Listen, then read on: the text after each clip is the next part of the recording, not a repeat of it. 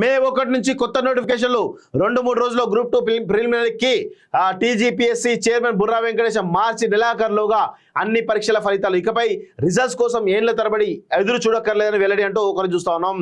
So అంటే ఇప్పటిదాకా దాదాపు నాకు తెలిసి ఈ ఇయర్ సెప్టెంబర్ అక్టోబర్ వరకు కొన్ని ఎగ్జామ్స్ ఆల్రెడీ షెడ్యూల్ అయినాయి.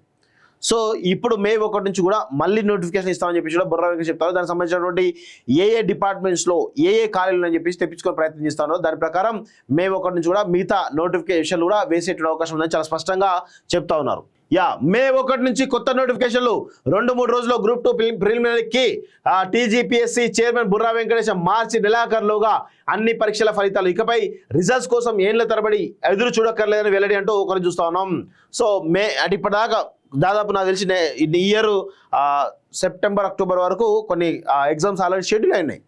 సో ఇప్పుడు మే 1 నుంచి కూడా మళ్ళీ నోటిఫికేషన్ ఇస్తామని చెప్పేసి కూడా బుర్రా వెంకటేశం చెప్తారు. దానికి సంబంధించినటువంటి ఏ డిపార్ట్మెంట్స్లో ఏ ఖాళీలు అని చెప్పేసి తెప్పించుకొని ప్రయత్నం చేస్తారో దాని ప్రకారం మే 1 నుంచి కూడా మిగతా నోటిఫికేషన్లు కూడా వేసేటువంటి అవకాశం ఉందని చాలా స్పష్టంగా చెప్తా ఉన్నారు. త్వరలోనే లోకల్ బాడీ ఎన్నికలు, కాంగ్రెస్ విజయానికి కృషి చేయాలి, క్యాడర్కు సీఎం పిలుపు, ప్రభుత్వ పథకాలను ప్రజల్లోకి విస్తృతంగా తీసుకెళ్లాలని సూచన.